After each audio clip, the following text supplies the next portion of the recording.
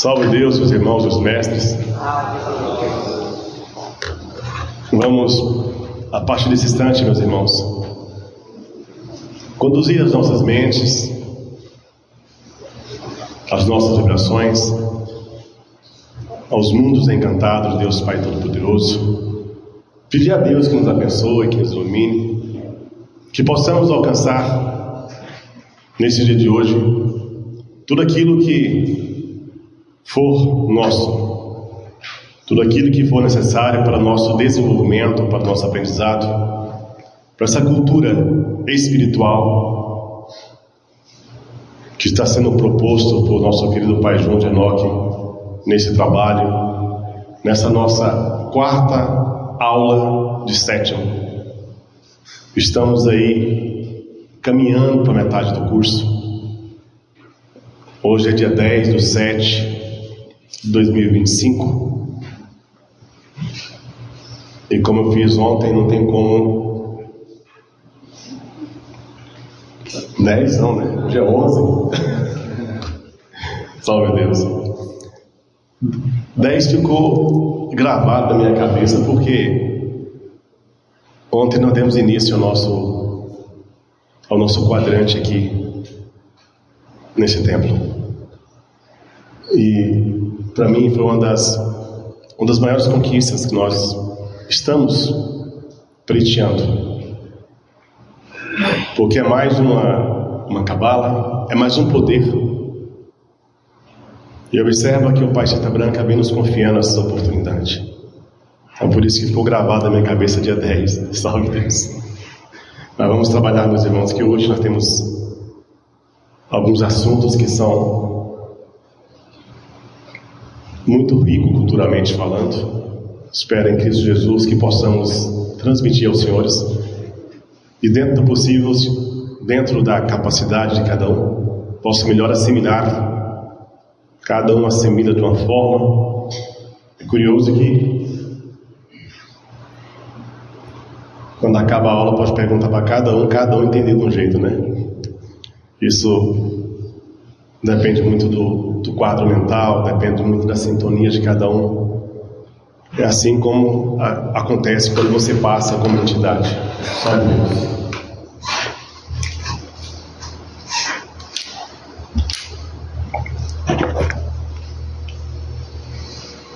Vamos trabalhar. Conduta doutrinária.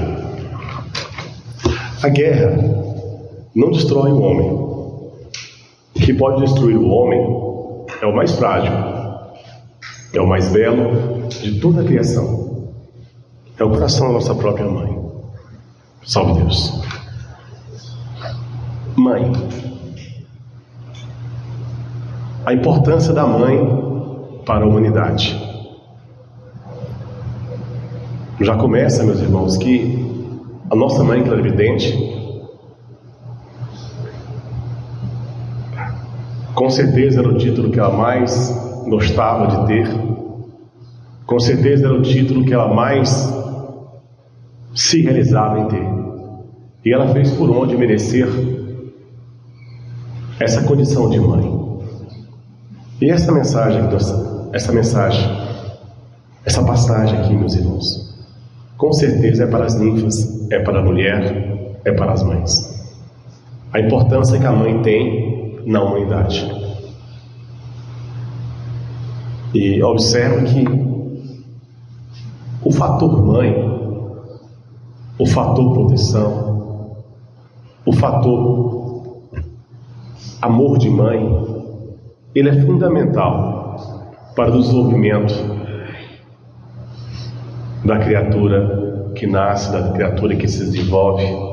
Eu digo dos filhos, dos futuros homens, dos futuros senhores, dos futuros senhoras. Tudo parte da mãe. Tudo parte da mãe. Só estamos aqui hoje porque em algum instante, lá no canal vermelho, a sua mãe foi lá e aceitou. Pegou na sua mão e falou: eu aceito ser a sua mãe. E a partir dali começa um compromisso, uma ligação muito mais do que física, uma ligação espiritual. Como diz nesses provérbios populares, uma dádiva de Deus. E para a criatura poder criar forma, virar gente, ela fica grudada ali na barriga da mãe, junto ao plexo solar, absorvendo todos os impactos, as emoções, a sensibilidade, durante 9 meses. Já seria grandioso demais esse período, e vai além. A mãe passa a ser a responsável por toda a formação do caráter do filho. E essa ligação, ela continua e continua. Muitas das vezes vai além do túmulo, vai além da vida.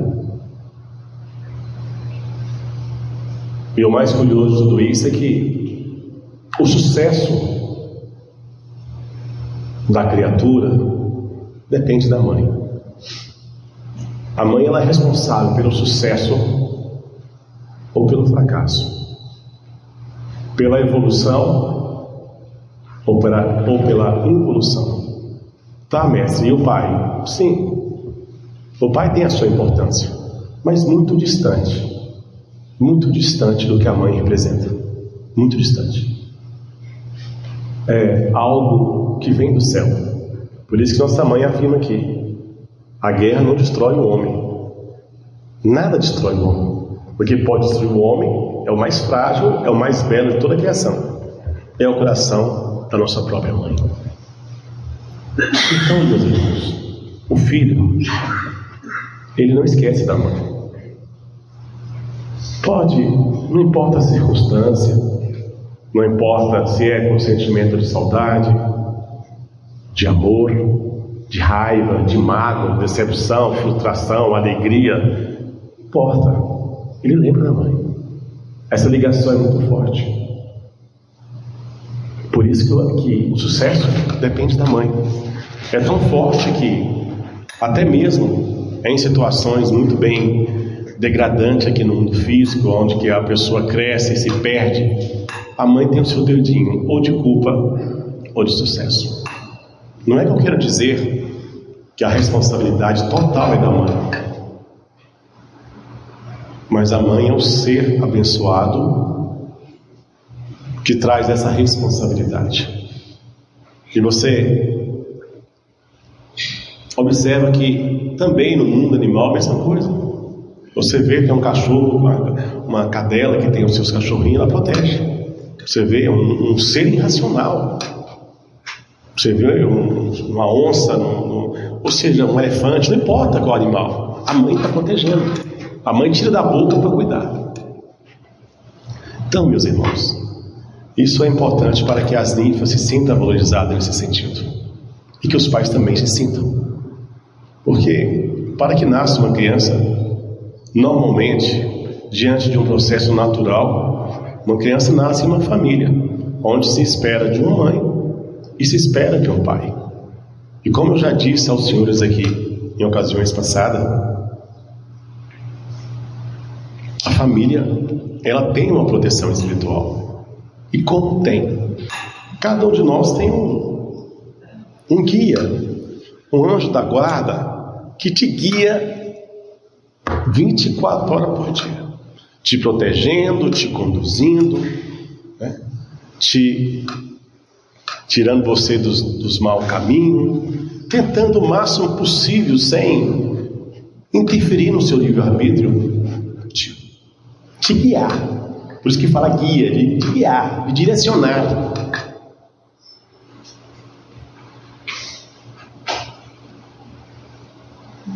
A família tem essa proteção também, como se fosse de um guia espiritual, protegendo a família, protegendo o ser familiar.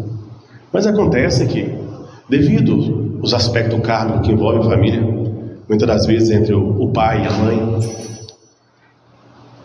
por alguma circunstância vem a separar. A priori, a separação não é bem-vinda, mas pode acontecer. E se ela acontecer, meus irmãos, o que nós, na preparação que nós temos, na consciência espiritual que nós temos diante deste amanhecer. Jamais devemos usar o filho como instrumento de barganha, como instrumento para atacar o pai ou para atacar a mãe. Jamais. Jamais devemos usar aquele aspecto que se usa no direito material físico, nós chamamos de uma alienação parental. Colocar o filho contra o pai, colocar o filho contra a mãe, ou algo do gênero. Tenham muito cuidado com isso, meus irmãos, porque vocês podem comprometer o sucesso da criatura. Salve Deus. Poder iniciático, poder de Delfos. Meus irmãos, quando se fala em Delfos, nos remete a uma das passagens mais marcantes no rastro do homem jaguar, no rastro da tribo dos jaguares. Tia Neiva, a nossa mãe clarividente, ela foi pítia no oráculo de Delfos. E aquele momento vivido por ela, junto a Leônidas, foi um dos momentos mais importantes da humanidade, não só da nossa família, da humanidade. Porque Delfos, meus irmãos, estamos voltando 500 anos antes da vinda de Jesus, aproximadamente 500 anos. Foi justamente naquele período de Esparta, foi justamente naquele período dos gregos, um período em que os gregos, eles tinham, por crença, por hábito, por cultura, eles cultuavam deuses, e tinham vários deuses. Mas o que mais encantava, o que mais respondia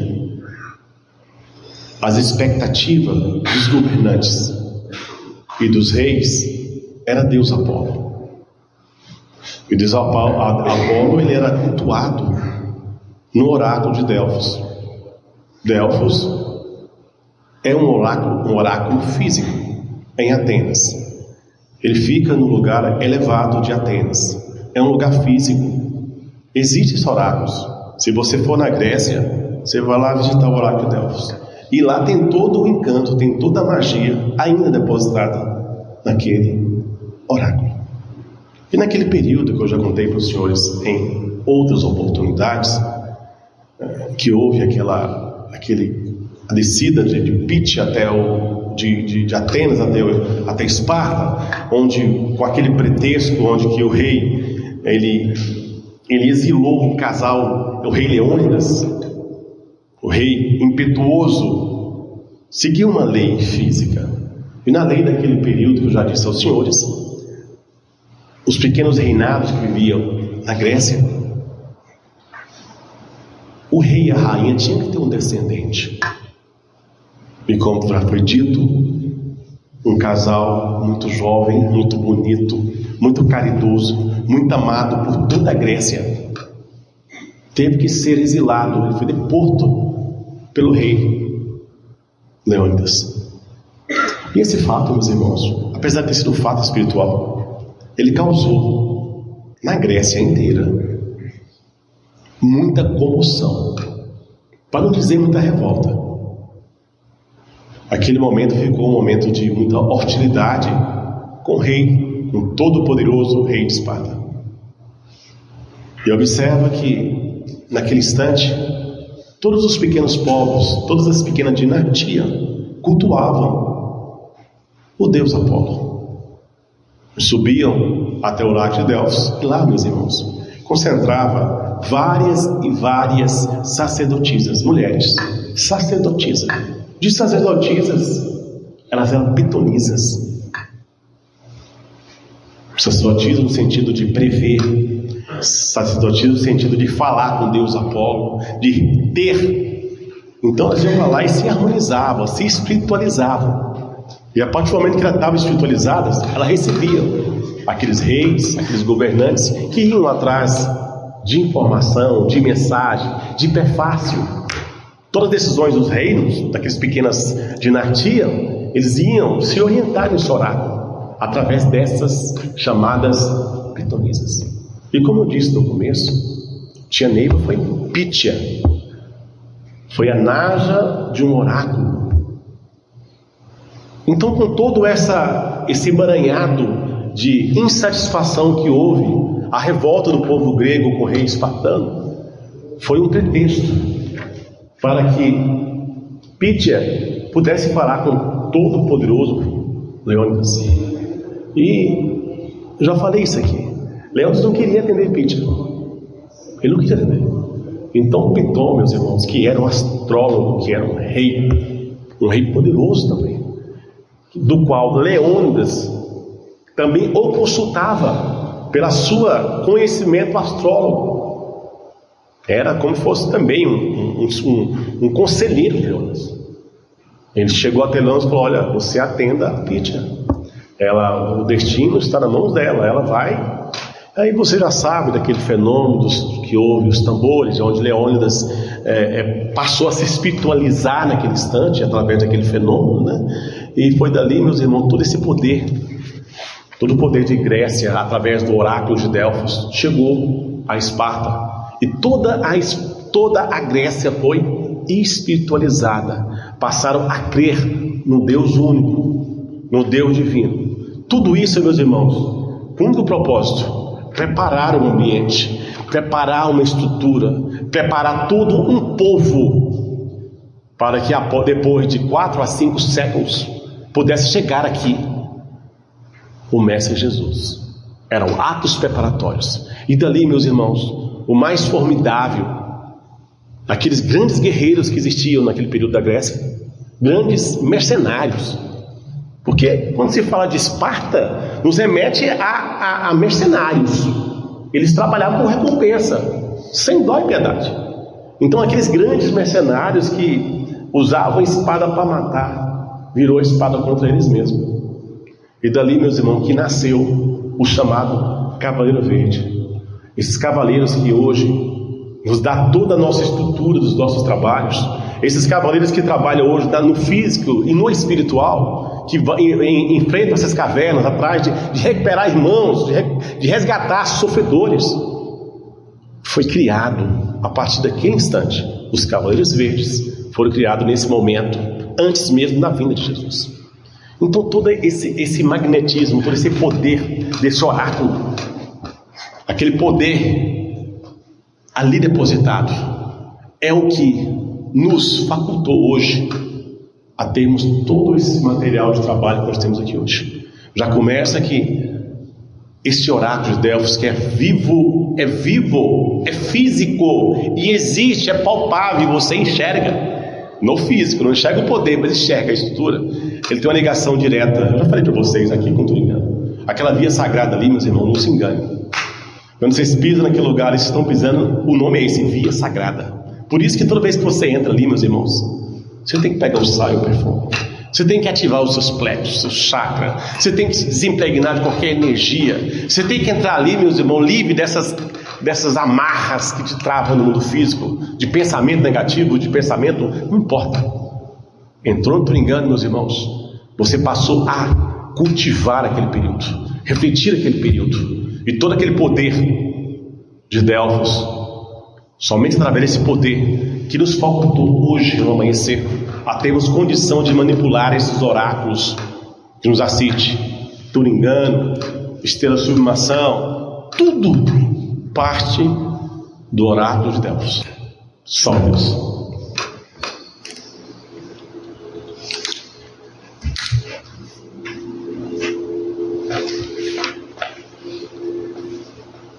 Trino de Irixim, cima de Irixim, salve Deus. Nós temos sempre marco na história. Temos pontos, digamos assim, pontos cruciais na história da humanidade, com interferência divina. Quando eu falo no trino de Irixim, esse cima de Irixim, o que quer dizer, meus irmãos? O Espírito da Verdade, e a corrente mestra. A primeira vez que ela se instalou aqui nesse planeta foi no continente africano. Veja bem, o Espírito da Verdade e a corrente mestra se instalou há milênios atrás nesse continente chamado continente africano, que não é exatamente o que nós vemos hoje da África. Houve uma intervenção de água, de separações, houve como se fosse uma cirurgia, e hoje separou as dimensões, mas essa região é uma região africana. Logicamente, depois desse poder, ele também foi depositado, ele foi também, digamos, operado também no Egito. Nós temos esse poder da corrente, do Espírito da Verdade também no Egito. Mas antes do Egito, na Índia, né? E por fim, nós temos também esse poder que hoje nós temos aqui no Brasil, mas antes nós tivemos no Tibete. Então, África, depois de África tivemos o Egito, depois do Egito nós tivemos a Índia e por fim nós tivemos o Tibete. Mas o que isso quer dizer, mestre H? Aqueles africanos naquele período, que eram os sacerdotes, que movimentavam a energia, um poder, a magia de nosso Senhor Jesus Cristo. Eles operavam um poder de um sacerdócio puro do céu, sem intervenção, sem necessidade nenhuma de culto ou de aspecto ritualístico. Não, o poder era palpável, o poder era, digamos, você pegava no poder, muito mais poder que vocês veem hoje aqui no nosso amanhecer, de uma proporção muito maior, né? Só que esse povo bendito, meus irmãos, passou a se perder com o poder, passou a se envaidecer.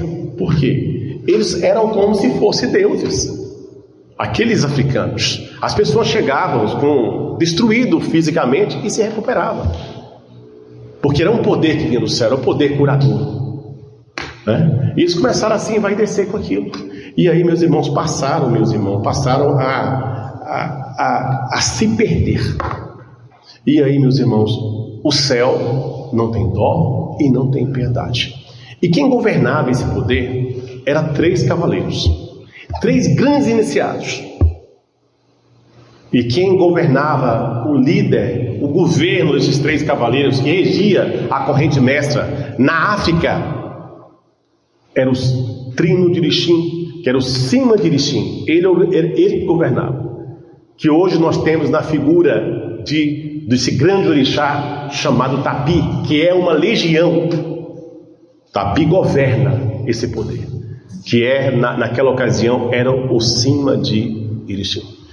E aí, meus irmãos, a partir do momento que nós começamos, que nós estávamos lá também, muitos de nós, como africanos, muitos dos nossos mentores também estavam lá. E aí, meus irmãos, esse poder que assistia, que era operado aqui na Terra, ele teve que ser recolhido. Por quê? Nós passamos a destruir um sacerdócio, passamos a destruir essa comunicação com Deus, passamos a perder o contato original, a linha do amor. Nós distanciamos tanto da linha do amor que destruímos o sacerdócio. Então esse poder teve que ser recolhido, interrompido. Ele parou de operar aqui nesse planeta, foi resgatado e foi para o oráculo. E nesse oráculo, esse poder ele foi lacrado. A nossa mãe falava que esse oráculo é como se fosse 2 portas, uma porta de entrada e uma porta de saída. Uma porta foi lacrada, acabou. E outra porta, meus irmãos, passou a ser vigiada, passou a ser velada, facultando por Deus, pela vontade de Deus, que em alguma época, no futuro, alguma tribo pudesse resgatar esse poder, pudesse reconquistar esse poder, porque é o poder da ciência, é o poder de uma força iniciática, é um poder cabalístico. Isso tudo aconteceu justamente através desse Cima de Irixim. E aí, meus irmãos, nós, enfim, chegamos em algo chamado adjunto de Jurema. O que é adjunto de Jurema? Muitos se confundem com a princesa Jurema, não tem nada a ver com a princesa Jurema. Na verdade, esse processo chamado adjunto de Jurema foi a formação de um poder, foi o resgate de um poder, foi a formação de um oráculo. Então, adjunto de Jurema é, na verdade, um oráculo. Mas como isso aconteceu? Observa que esses africanos, esses deuses que viviam na África, como deuses que eu falo, não é de deuses de soberania, deuses que se achavam deuses, esses sacerdócios que tinham naquele momento, eles se endividaram tanto nesse período, tanto, por quê? A partir do momento que esse poder foi recolhido, todo aquele continente africano, ele ficou à mercê de uma força cruzada. O que é a força cruzada? De uma força nativa. O que é uma força nativa? É a força da criatura encarnada. Nós aqui temos, é a força do paciente. Você tem uma força iniciada, o paciente tem uma força nativa. E aí, meus irmãos, passaram a trabalhar somente com a força nativa. Não tinham assistência do céu. Eles precisavam de força somente na horizontal. E aí começou a necessidade de ectoplasma, de fluido, de magneto. E como que eles faziam? Passou as matanças de animais. Ou seja, todo esse trabalho que nós temos hoje, esse feiticismo maluco, de macumba, de força cruzada, de fazer trabalho do mal, numa linha negra, foi oriundo desse período. E nós, jaguares, nós tivemos a responsabilidade nesse período. Então, por isso, meus irmãos, que a nossa corrente, ela é kármica. Você observa a série de atrito que tem entre nós. Hoje, a nossa mãe deixou a corrente perfeita, acabada, e nós temos várias divisões. E dentro das divisões, mais divisões. E dentro dos templos, mais divisões, mais discussão. Porque a corrente não é o jaguar, a corrente, ela é kármica. Nós temos uma herança kármica daquele período. Por isso que nós hoje temos por obrigação de sermos tudo. Você é católico, você é crente, você é evangélico, você é budista, você é espiritualista, nós somos tudo. Porque nós, meus irmãos, distanciamos tanto naquele período, causamos tanto desatino, que todas essas religiões que hoje operam em todo esse planeta, esses trabalhos de macumba que tem, nós tivemos a nossa contribuição e fomos responsáveis por tudo isso. Então o que aconteceu? Esses mesmos que estavam lá, esses mesmos líderes, com o tempo eles passaram a galgar a evolução, começaram a se evoluir, tiveram encarnação junto ao Império Romano, né? E lá mais uma vez se endividaram, até que por Deus, meus irmãos, por Deus, pela vontade de Deus, pela conquista de grandes missionários, na figura de Pai João e Pai Zé Pedro, na família desse povo bendito de Enoque, na figura dessas 7 princesas, na própria figura de tia Neiva, na figura de Natasha, em 2 períodos, Brasil Colônia e Brasil Império, na chamada Era dos Oitos. Esse poder, ele foi mais uma vez reconquistado. Essa porta que estava velada foi reconquistada. E ali, meus irmãos, aqui no Brasil, o Brasil foi escolhido, porque esses escravos, na figura de Pai João, Pai Zé Pedro, vieram da África. Parece que Pai João veio da África e Pai Zé Pedro da Índia, não posso afirmar aqui mais algo nesse sentido. Mas enfim, vieram desse continente. Então foi possível, através de Pai João, Pai Zé Pedro, das princesas, muito bem ilustrado naquele livrinho A Cachoeira do Jaguar, foi possível o resgate, a reconquista da corrente mestra. E foi naquele momento preciso, na Cachoeira do Jaguar, aonde tia Neiva, junto a Pai Zé Pedro, tia Neiva na figura de Natasha, junto a Pai Zé Pedro e a Pai João, ali fez uma profecia. Tem um quadro no Templo Mãe, bem grandão, que tem o Pai João, o Pai Zé Pedro com a mão acima assim. Ali foi a profecia da criação do doutrinador, na Era dos Oitos. Na Era dos Oitos. E então aquele poder, através do culto, porque ali, na Cachoeira do Jaguar, esses pretos velhos, eles cultuavam, tinham culto para atender, como nós trabalhamos espiritual aqui hoje, eles também trabalhavam. E aí, meus irmãos, foi ali que eles conquistaram esse poder. Esse poder ficou ao dispor. O que franqueou a nossa mãe televidente, já agora, a partir de 1959, naquele momento que ela, lembra bem que eu falei que nós temos épocas, né? Tia Neiva quando ela sentiu o Espírito da verdade, ela falou, né? Não foi? Ela afirmou: nesse momento eu sinto renascer o Espírito da verdade. Foi quando ela entregou os olhos a Jesus. Ali ela testemunhou o Espírito da verdade. E próximo ao Espírito da verdade veio também a força da corrente mestra.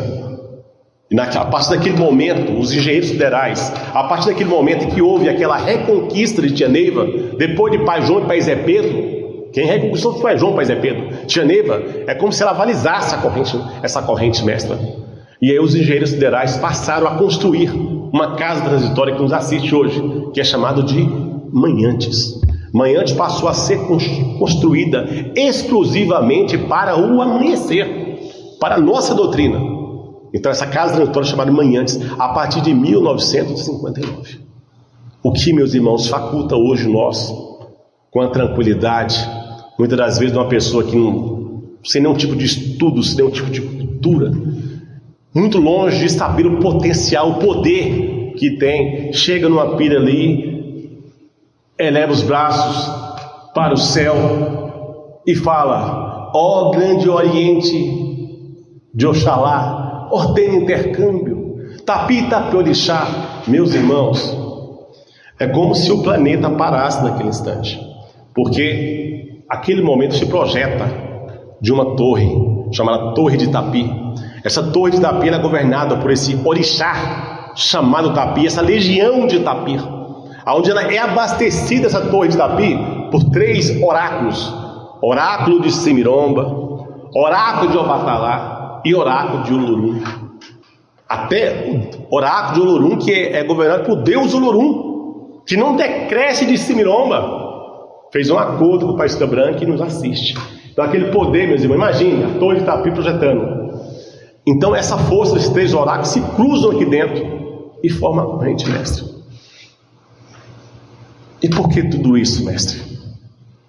Porque para nos dar toda a condição de nos conduzirmos nessa força iniciática cabalística chamada doutrina do amanhecer, chamado Vale do Amanhecer. Todo veio através de herança. Nós estamos aqui hoje porque houve uma herança. Que herança? Observa que nós estamos hoje revivendo aquele período da descida de Pítia até Esparta. Nós estamos revistando aquele período. E naquele período, todo esse poder do oráculo de Delfos, ele não foi finalizado. Ele precisa ser terminado. Aquele poder ele precisa subir. E quando ele for subir, meus irmãos, a responsabilidade é nossa. Por isso nós buscamos essa herança, esse poder. Tudo que nós temos aqui hoje só é possível porque somos assistidos pelo poder de uma corrente mestra que vem do céu, que vem de Tapi, que vem de Semiromba, que vem de Obatalá, que vem de Olorum, que governa um grande orixá. Mas para que pudéssemos ter condição de receber, precisamos de uma iniciação da Mochinto, de deixarmos de ter uma força nativa, deixarmos de ser paciente, passarmos a ter uma força iniciática. E tendo essa força iniciática, temos a faculdade de buscar essa herança e manipular essa herança, revistar essa herança, para que possamos formar um adjunto, formar um oráculo do amanhecer e poder subir. É isso que vai acontecer. Salve Deus.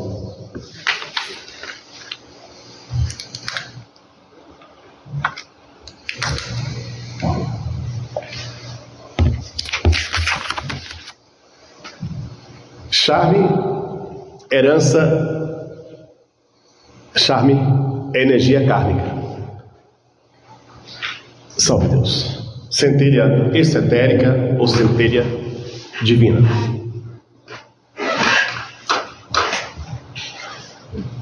Isso aí, meus irmãos, nos retrata tudo o que a nossa mãe queria que a humanidade soubesse. Ela afirmava na sua intimidade que muita coisa poderia ser resolvida na humanidade se essas informações pudessem chegar e ganhar vida, ganhar forma na mente das pessoas. Que é justamente essa compreensão da vida, essa compreensão desse manifesto de Jesus através da centelha extraetérica, a responsabilidade da vida, a continuação da vida após a morte. Mas o que é então essa centelha exotérica ou essa centelha divina? Já começa, como o próprio nome diz, é uma centelha divina, vem de Deus, é uma partícula de Deus. Somente a luz divina é capaz de produzir essa centelha, como fosse uma parte de Deus, uma centelha de Deus, uma ligação com Deus, é através dessa centelha divina. Mas como você adquire essa centelha divina? A partir do momento em que você está desencarnado no mundo espiritual, que você se redime, que você se compadece e que você, acima de tudo, conquista o direito de uma encarnação.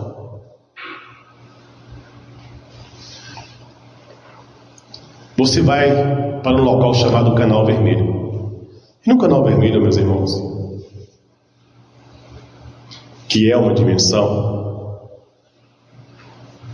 que é uma casa transitória, lá você fica pelo período de até 7 anos. Eu vou uma aula, em outra aula vou trabalhar um pouco mais top com vocês, mas vamos focar na nossa herança, na nossa centelha exotérica.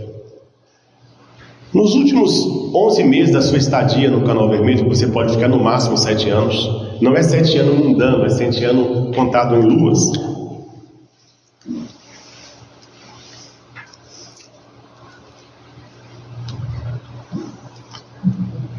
Você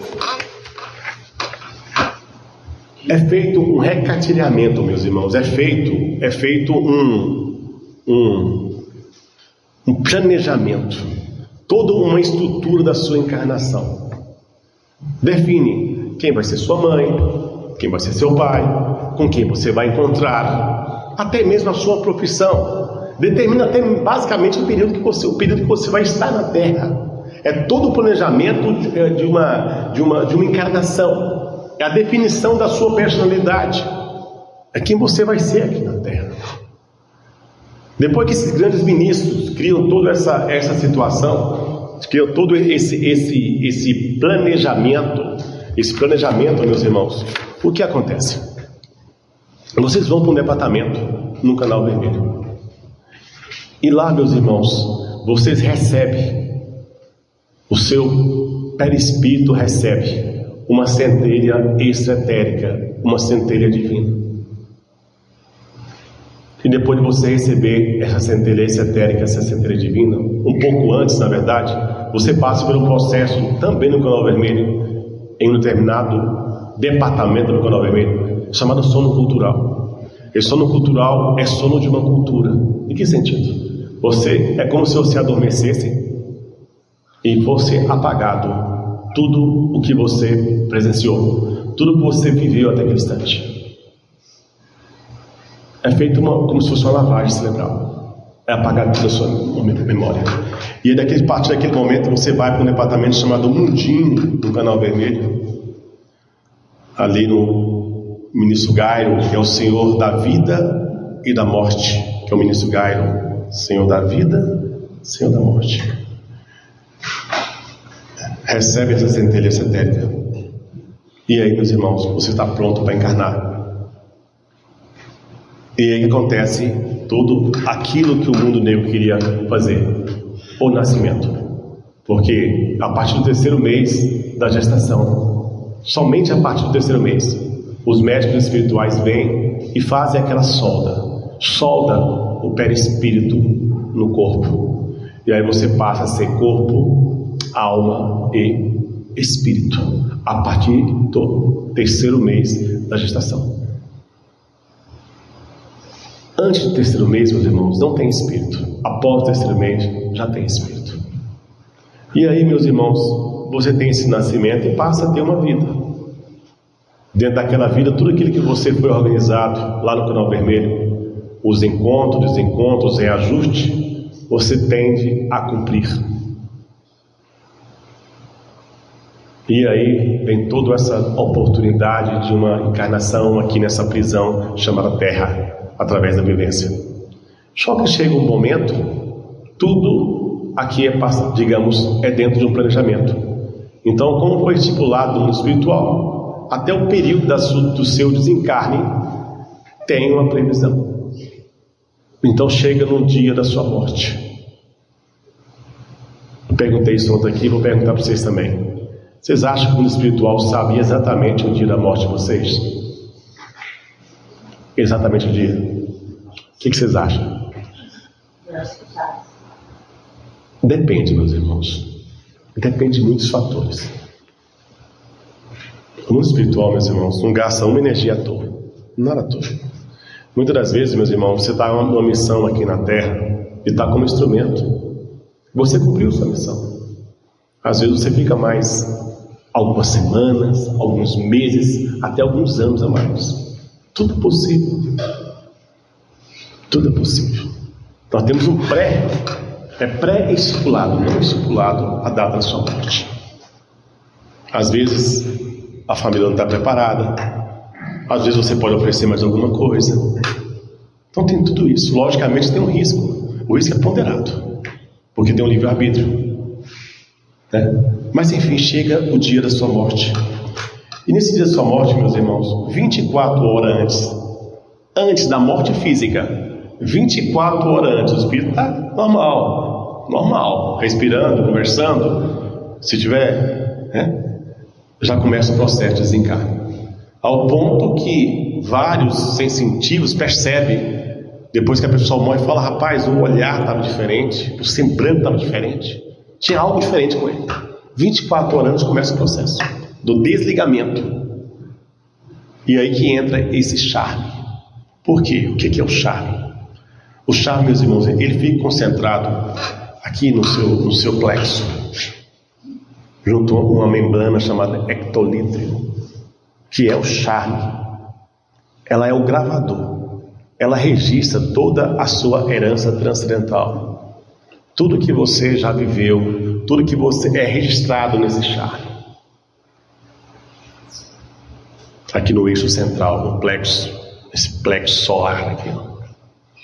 É uma membrana que envolve os 3 reinos da sua natureza. Envolvida com essa membrana chamada charme. É o gravador, é o que registra. E no momento do desencarne, meus irmãos, o espírito ele sai pela garganta. E o charme, meus irmãos, ele vai saindo, o espírito ele fica, o corpo está aqui. Fica um corpo espiritual em cima do corpo físico, invertido, cabeça virada para o pé, mais ou menos meio metro. E ali fica o charme, ele fica saindo em espiral assim, ó.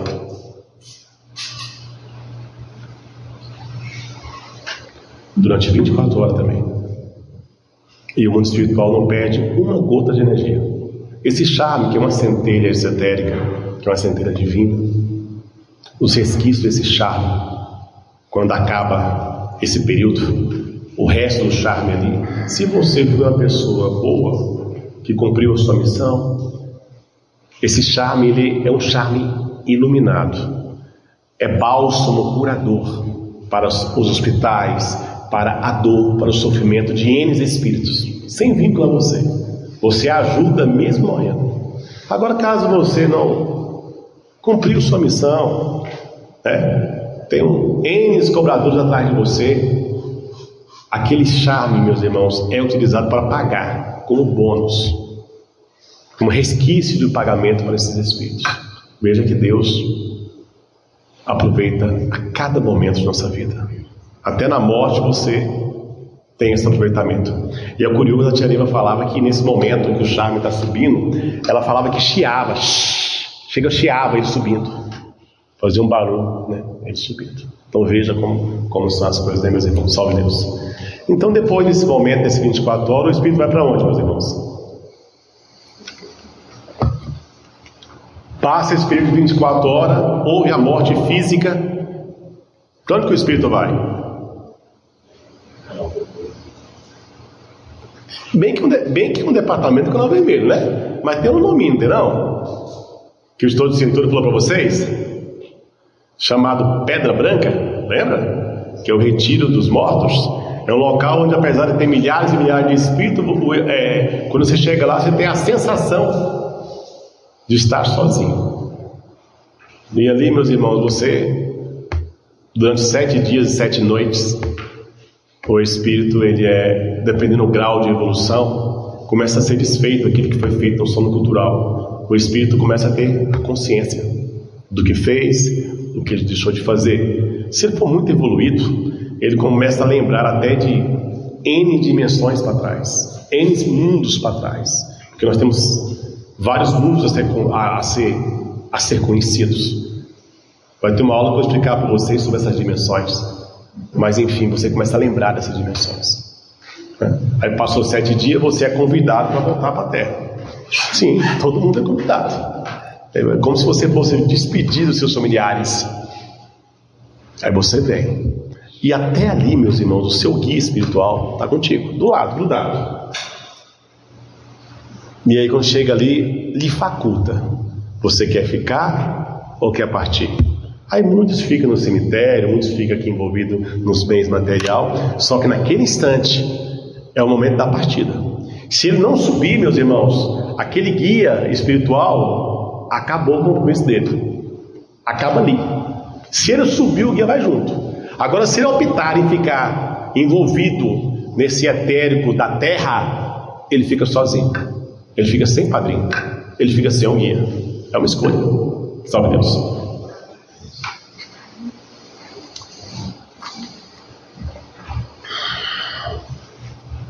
Leilão. O que é um leilão, meus irmãos? É o que o nome fala mesmo. É ser leiloado. Quando o espírito, meus irmãos, vai se perdendo nesse mundo físico, vai se perdendo, quando ele está só se perdendo, está tudo bem.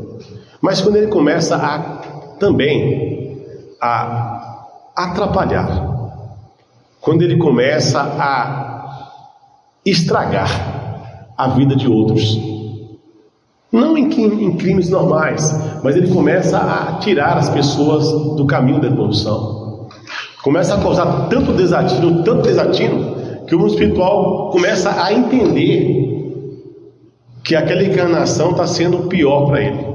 Ele está só acumulando mais débito, mais crimes, mais karmas, está só se endividando.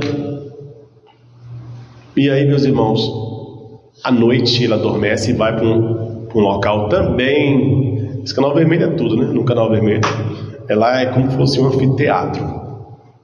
E nesse anfiteatro lá, meus irmãos, ele é passado, ele é leiloado. Que jeito? Os espíritos em luz, ou seja, espíritos, os reis da lei negras, os grandes reis Exus, eles passam a dar lance, a comprar ele.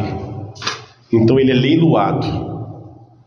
Aí aquele espírito, ele acorda, aí ele morre de um acidente, morre matado, morre de um infarto, morre do nada.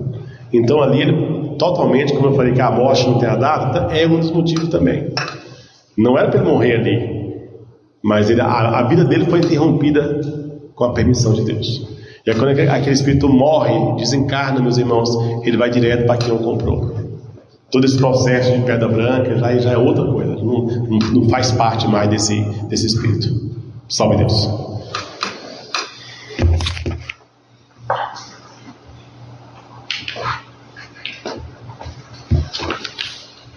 Mesa evangélica. O que é a mesa evangélica, meus irmãos? É um trabalho, o próprio nome fala evangélico. Apesar de falar evangélico, não é de evangelizar. Ele vem da cultura evangélica, porque é uma cultura kardecista. O kardecismo usa esse termo muito de evangelizar, porque ele precisa evangelizar o espírito, para que o espírito possa ter consciência, utilizando a palavra, utilizando o diálogo, para convencer o espírito a retornar a Deus. Por isso que fala evangélico, de evangelizar.